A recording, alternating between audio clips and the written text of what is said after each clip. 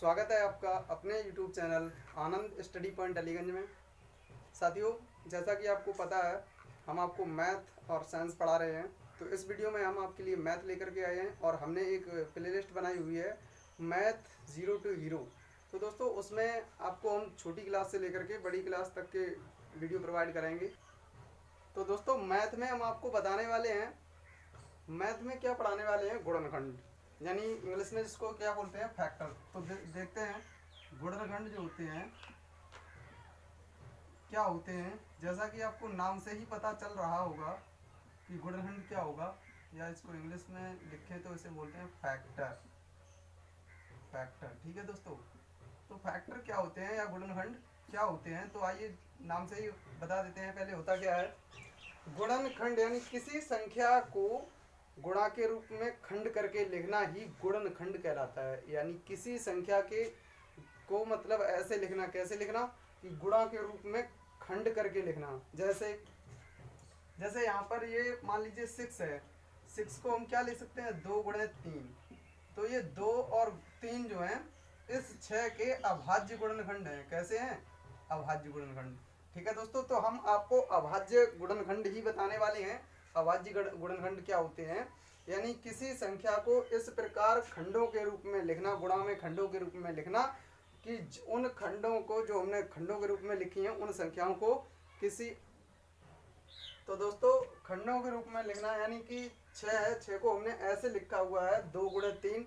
और क्या इनको हम किसी अन्य संख्या से, दोनों संख्याओं में से किसी को विभाजित कर सकते हैं? नहीं कर सकते हैं। यानी इन्हीं को हम अभाज्य गुणनखंड कहते हैं। यानी कि वो किसी संख्या को गुणा के खंडों के रूप में इस प्रकार लिखना कि उनको हम किसी अन्य संख्या से डिवाइड ना कर सकें। किनको? जो हमने खंडों के रूप में संख्याएं लिखी हैं उनको। ठीक है दोस्तों, तो हम आपको बता देते हैं 2-3 उदाहरण लेकर के। अब मान लीजिए इसको मैं रख करके बताता हूँ आपको दूसरा। मान लीजिए यहाँ पे हम ले लेते हैं, आपका ले लेते हैं, यहाँ पर हम 30 ले लिया हमने। कितना लिया? 30। तो दोस्तों करेंगे कैसे, तो हम तरीका बता देते हैं कैसे करना है। इस तरीके से करते हैं, यानी भाग तो हम करना जानते ही हैं, भाग क्या करते हैं उसी तरीके से करेंगे। तो जितनी बार जाएगा वो नीचे लिखते जाएंगे और जिससे कटेगा उससे काटते जाएंगे। अच्छा, हम काटेंगे कैसे, हमें पता कैसे चलेगा, हमें सबसे पहले इसे किससे काटना चाहिए? तो उसके लिए मैं दोस्तों विभाज्यता के नियम बता देता हूँ। यानी कि जिन संख्याओं के पीछे 0, 2, 4, 6, 8, ये कोई भी संख्या जब तक आती रहेंगी पीछे, पीछे क्या आना चाहिए, 0, 2, 4, 6, 8। इनमें से जब तक ये संख्या कोई भी आती रहे, किसी भी संख्या के पीछे ये अंक आते रहें, तो क्या करेंगे, वो आपका 2 से डिविजिबल होगा। किससे होगा? उसे हमें सदैव किससे काटना है? 2 से काटना है। ठीक है दोस्तों, जब तक ये आता रहेगा।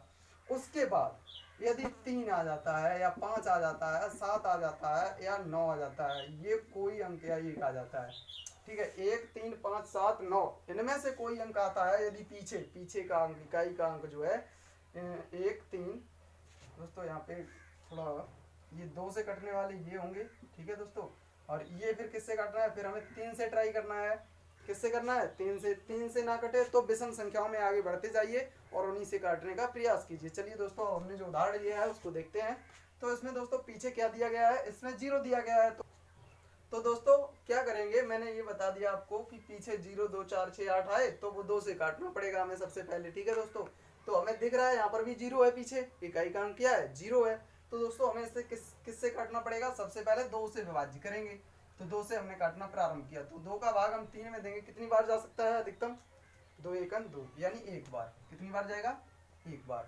2 एकन 2, बचा कितना यहाँ पर? 1 बचेगा। और जब 1 बचेगा भाई, 2 एकन 2 हो गया, 2 तो निकल गया इस 3 से, तो बचा 1। तो यहाँ कितना हो जाएगा, पीछे 0 लगा है तो 10 हो जाएगा ना, 10 हो जाएगा। 10 को हम विभाज्य करेंगे 2 से, तो 2 से काटेंगे, 2 पंजे 10, यानी 15 बार में ये 30 कट जाएगा, यानी 15 दूनी 30 होता है।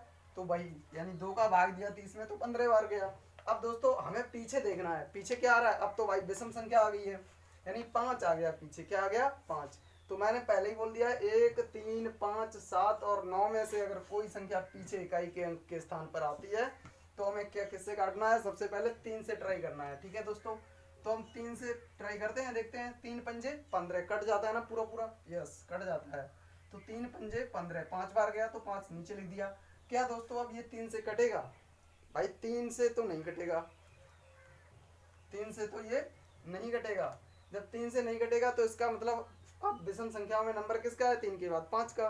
तो दोस्तों अब इसे 5 से ही काटेंगे, तो 5 एकन 5 कट गया ना पूरा पूरा। जैसे ही लास्ट में 1 आ जाए समझ लो हमारे अभाज्य गुणनखंड हो चुके हैं। तो दोस्तों हम क्या लिखेंगे, 30 के अभाज्य गुणनखंड बराबर क्या हो जाएंगे, 30 को हम लिख सकते हैं 2 गुणे 3 गुणे 5। तो अब ये 30 के अभाज्य गुणनखंड आपको प्राप्त हो चुके हैं, यानी 2, 3 और 5 इनका गुणा करें तो 30 ही आएगा। तो आशा करता हूँ ये बात आपको बहुत अच्छे से समझ में आ गई होगी। रफ कर। चलिए दोस्तों अब हम देखते हैं अगली संख्या लेकर के उसके गुणनखंड हमें कैसे करने हैं। मैं ले लेता हूँ, आपका ले लिया मैंने, मान लीजिए यहाँ पे ले लिया हमने 243। कितना ले लिया, 243। इसको हमने क्या बताया, हमें इकाई का अंक देखना है,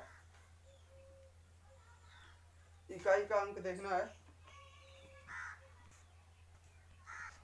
तो दोस्तों इसमें क्या है, इकाई का अंक 3 है हमारा। तो हमने पहले ही बताया हुआ है आपको 1, 3, 5, 7, 9 इनमें से कोई अंक अगर पीछे आता है तो हमें किससे ट्राई करना है, सबसे पहले 3 से ट्राई करना है, ठीक है। और 3 से नहीं कटता है तो फिर 5 से करेंगे, 5 से। अच्छा एक बात और, विभाज्यता के नियम में हम 2 का तो बता दिए हैं कि पीछे 0, 2, 4, 6, 8 आए तो वो 2 से विभाज्य होगी।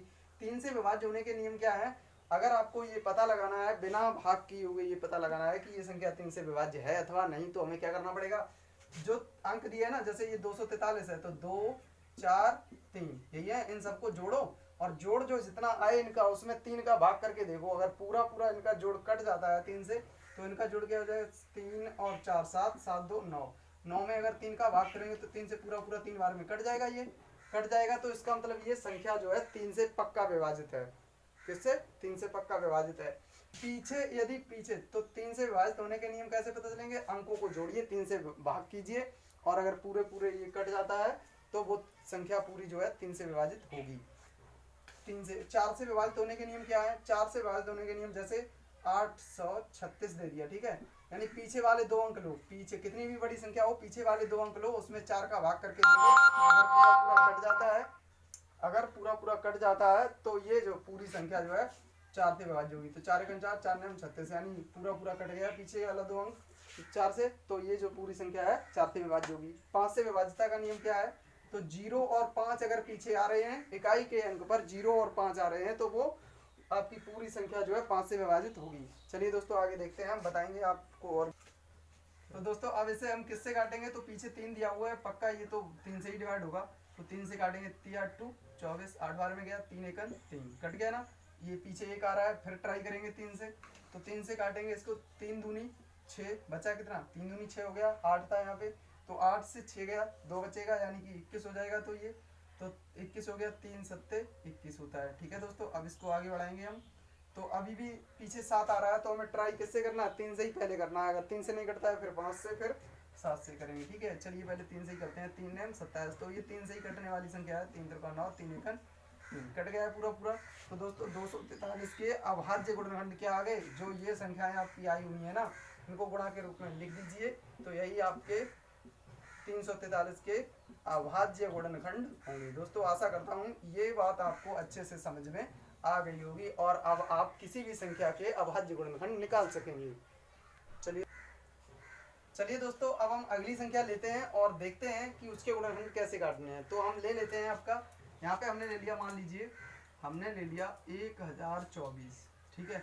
तो इसको काटते हैं, तो पीछे कितना दिया हुआ है, पीछे दिया हुआ है आपका कितना 4, तो ये किससे कटना चाहिए, तो उसे, यानी 0 2 4 6 8 पीछे आ जाए तो किससे काटना है, हमें सबसे पहले 2 से काटना है और 2 से कटेगा पक्का।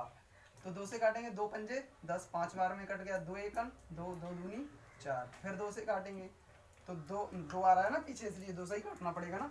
तो 2 दूनी 4, 2 बार गया, 1 बचा, तो ये कितना हो जाएगा 11, 2 पंजे 10, 1 बचा 12 हो जाएगा और 2 छिंग 12, ठीक है दोस्तों। अब फिर से ये 6 आ रहा है पीछे, तो इसका मतलब 2 से ही काटना है हमें। तो देखते हैं, 2 से काटेंगे, 2 एकन 2 और ये 5 है तो 2 दूनी 4, 1 बचेगा 16 हो जाएगा, 2 अट्ठे 16, फिर से 8 आ गया, यानी कि 2 4 6 8 आते रहेंगे तो 2 से ही कटेगा। तो 2 छंग 12, 2 छंग 12, 2 चौकू 8, फिर से 4 आ गया तो फिर से 2 से ही काटना है, 2 3 6, 2 3 6 और 2 दूनी 4 दोस्तों। फिर आगे फिर 2 से कटेगा, 2 एकन 2, 1 बचा तो ये 12 हो जाएगा और 2 6 12। ठीक है दोस्तों, फिर से 2 से कटेगा 6 आ गया, तो 2 8 16। तो दोस्तों अब ये 8 भी 2 से ही कटेगा। तो देखिए दोस्तों 2 से काटेंगे, 2 चौकू 8, फिर से ये कट जाएगा 2 से, तो 2 दूनी 4, ये भी 2 से कट जाएगा, तो ये आ जाएगा आपका 2 एकन 2। तो आशा करता हूँ ये गुणनखंड आपको बहुत अच्छे से समझ में आ गए होंगे। तो 1024 के अभाज्य गुणनखंड क्या होंगे, तो 1024 बराबर क्या हो जाएगा, 2 गुणे 2 गुणे 2 गुणे 2 गुणे 2 गुणे 2 गुणे 2 गुणे 2 गुणे 2। कितनी बार है, जितनी बार भी है लिख लीजिए। 3 दूनी 6, 4 10, 3 6 2 9, 10 हो गई पूरी। ठीक है दोस्तों, देख लीजिए। तो इनका हम गुणा करेंगे आपस में, तब भी आपका 1024 ही आएगा। करके दिखाएं। 2 दूनी 4, 4 दूनी 8, 8 दूनी 16, 16 दूनी 32, 32 दूनी 64, 64 दूनी 128, 128 दूनी 256, 256 दूनी 512 और 512 दूनी 1024। ठीक है दोस्तों, आशा करता हूँ ये वीडियो आपको बहुत अच्छे से समझ में आ रही होगी। और दोस्तों अगर आपको अभाज्य गुणनखंड से संबंधित